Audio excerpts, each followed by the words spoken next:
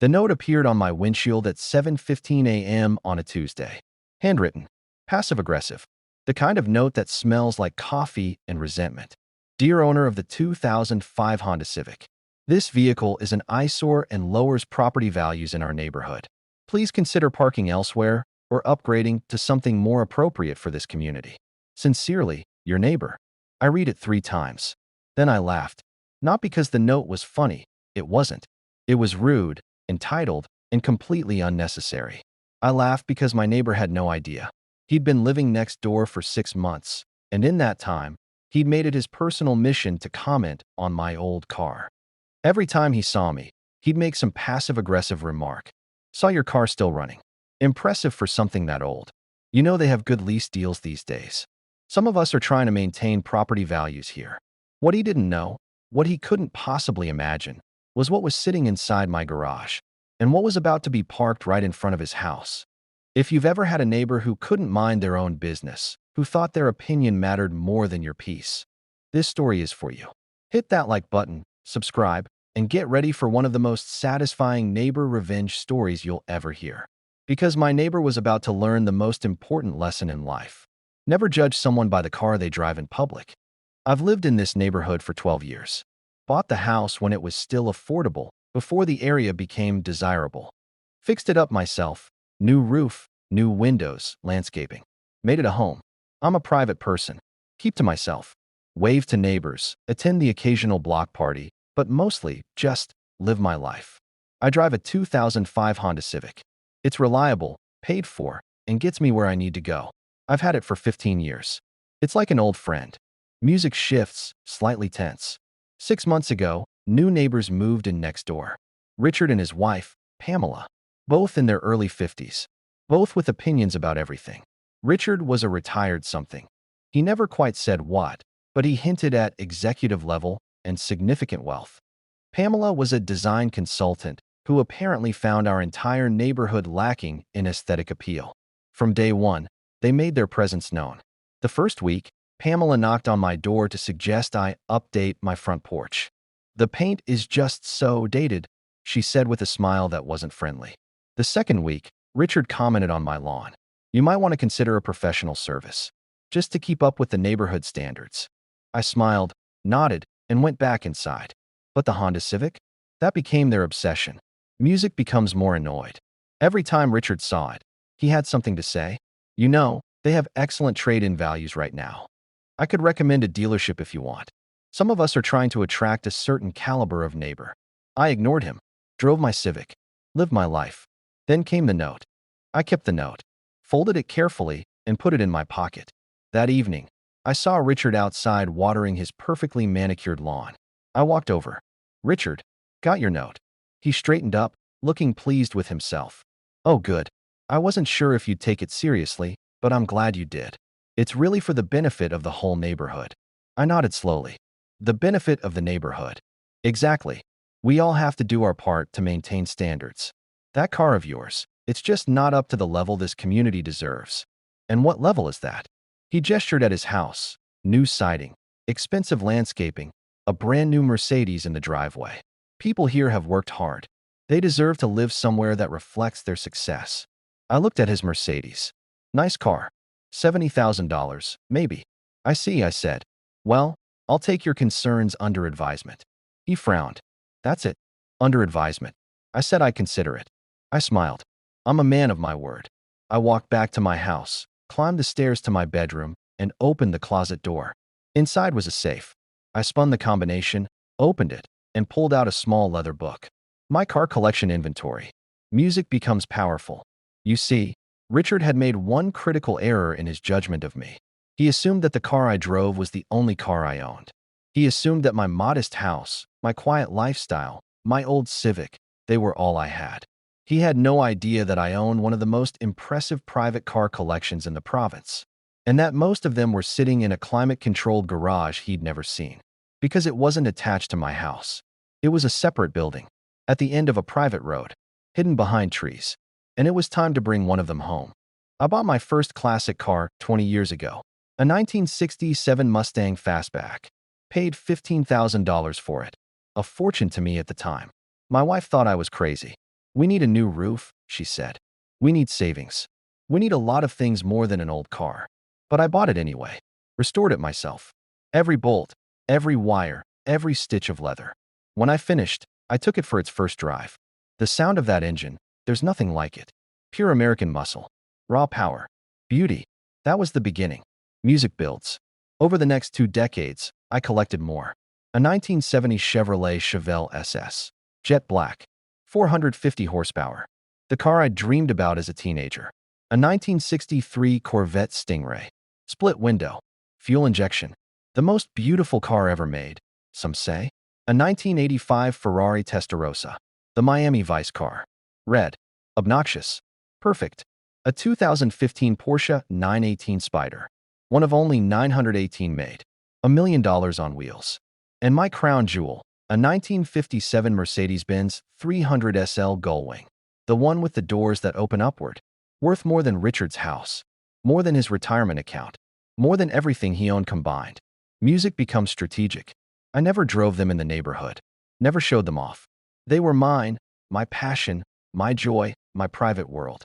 I drive them late at night on empty country roads. Or trailer them to car shows hours away. No one here knew. But Richard's note changed something in me. Not anger. Not revenge. Just realization. Why was I hiding? Why was I letting someone like Richard make me feel small? Why was I letting him define what success looked like? The next morning, I drove to the garage, looked at my collection, and made a decision. It was time to bring the Gullwing home. Saturday morning, 9 a.m. Perfect weather. I had the Gullwing delivered on a flatbed truck. Not because it wouldn't drive, it drove perfectly, but because I wanted the reveal to be dramatic. The truck pulled up in front of my house. The driver lowered the ramp, and I drove that silver 1957 Mercedes-Benz 300 SL Gullwing off the truck and into my driveway. The doors opened upward, like wings. The engine purred like a contented lion. And Richard's face? Richard's face was priceless. Music becomes satisfying. He was outside immediately, watering his lawn again. Does the man do anything else? And he stopped mid-sprinkle when he saw the car. His mouth opened, closed, opened again. Is that a Gullwing? I smiled. You know your classics. That's $1 million car. That's, where did you get that? It's mine. I've had it for years. Years? But you drive a Civic. I do. The Civic is practical. I gestured at the Gullwing. This is for Sundays. Pamela appeared behind him, phone already out, taking pictures. It's beautiful, she breathed. Absolutely beautiful. I looked at Richard. You mentioned something about property values? I think this might help. His face went red, then purple, then back to red. I didn't know, he said. How was I supposed to know? You weren't. That was kind of the point. The Gullwing stayed in my driveway for a week. Every day, I'd see Richard accidentally walking past, pretending to check his mail, pretending to admire his own landscaping, but always looking at the car. On Tuesday, he knocked on my door. Listen, he said, not meeting my eyes. About that note. I might have been hasty. Might have been. Fine. I was wrong. The car. Your car. It's beautiful. I shouldn't have judged. I considered this. Apology accepted. He brightened. Great. So, I was wondering, would you ever consider selling it? I laughed. Actually laughed out loud. No, Richard. I wouldn't. Of course. Just thought I'd ask. He turned to leave, then stopped. What else do you have? What do you mean? In your collection? You must have more. A car like this doesn't exist in isolation. I looked at him for a long moment. Then I smiled. You really want to know? The next Saturday, I invited Richard to the garage. I drove him there in the Civic. Poetic, I thought. He sat in the passenger seat, quiet, probably wondering what he'd gotten himself into. When I opened the garage door, he gasped. Not figuratively. Actually gasped. The Mustang, the Chevelle, the Corvette, the Testarossa, the Porsche, and 7 others, lined up like soldiers, polished to perfection. Holy, this is a museum. No, I said. It's a garage. He walked among them, touching nothing, just staring.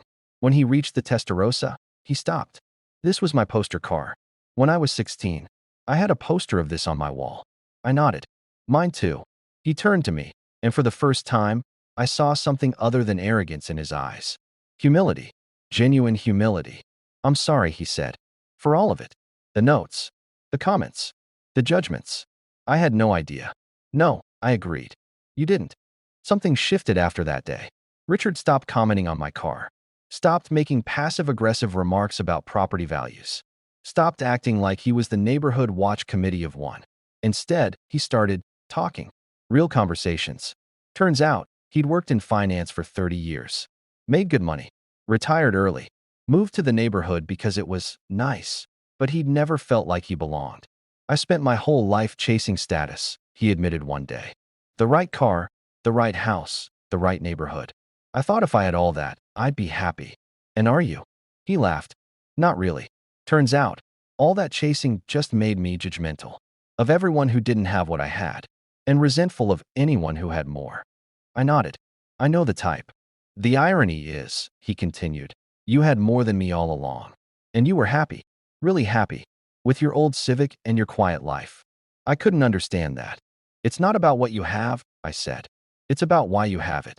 Music becomes reflective. I told him about my wife. How she'd supported my crazy car obsession even when we couldn't afford it. How she'd died 5 years ago. And how the cars had become my way of staying connected to the joy we'd shared. I drive the Civic because she bought it for me. Our first year married. It's not just a car. It's a memory. Richard was quiet for a long time. I'm sorry, he finally said. For your loss. And for being such an ass about the car. I smiled. Apology accepted. Again. We've been, not friends exactly. But better. He still waters his lawn obsessively. I still drive my Civic. But now when we wave, it's genuine. And sometimes, on Sunday mornings, I take the Gullwing out for a drive. And Richard comes outside just to watch. I think he understands now. Some things are worth more than money. Here's what I learned through all of this. People judge what they don't understand. Richard judged me because my car didn't fit his definition of success. He assumed that what he saw was all there was. He never considered that I might have chosen simplicity, that my old car might mean something to me, that my quiet life might be exactly what I wanted. Now he knows. Not because I showed off. Not because I proved him wrong. But because I let him see who I really am. The cars are nice. They're beautiful, valuable, impressive. But they're not the point. The point is that we get to define our own success. We get to choose what matters. We get to live our lives on our own terms, regardless of what the neighbors think. And sometimes, the best revenge isn't revenge at all. It's just living well and letting them see it. If this story made you smile, smash that like button. Tell me in the comments.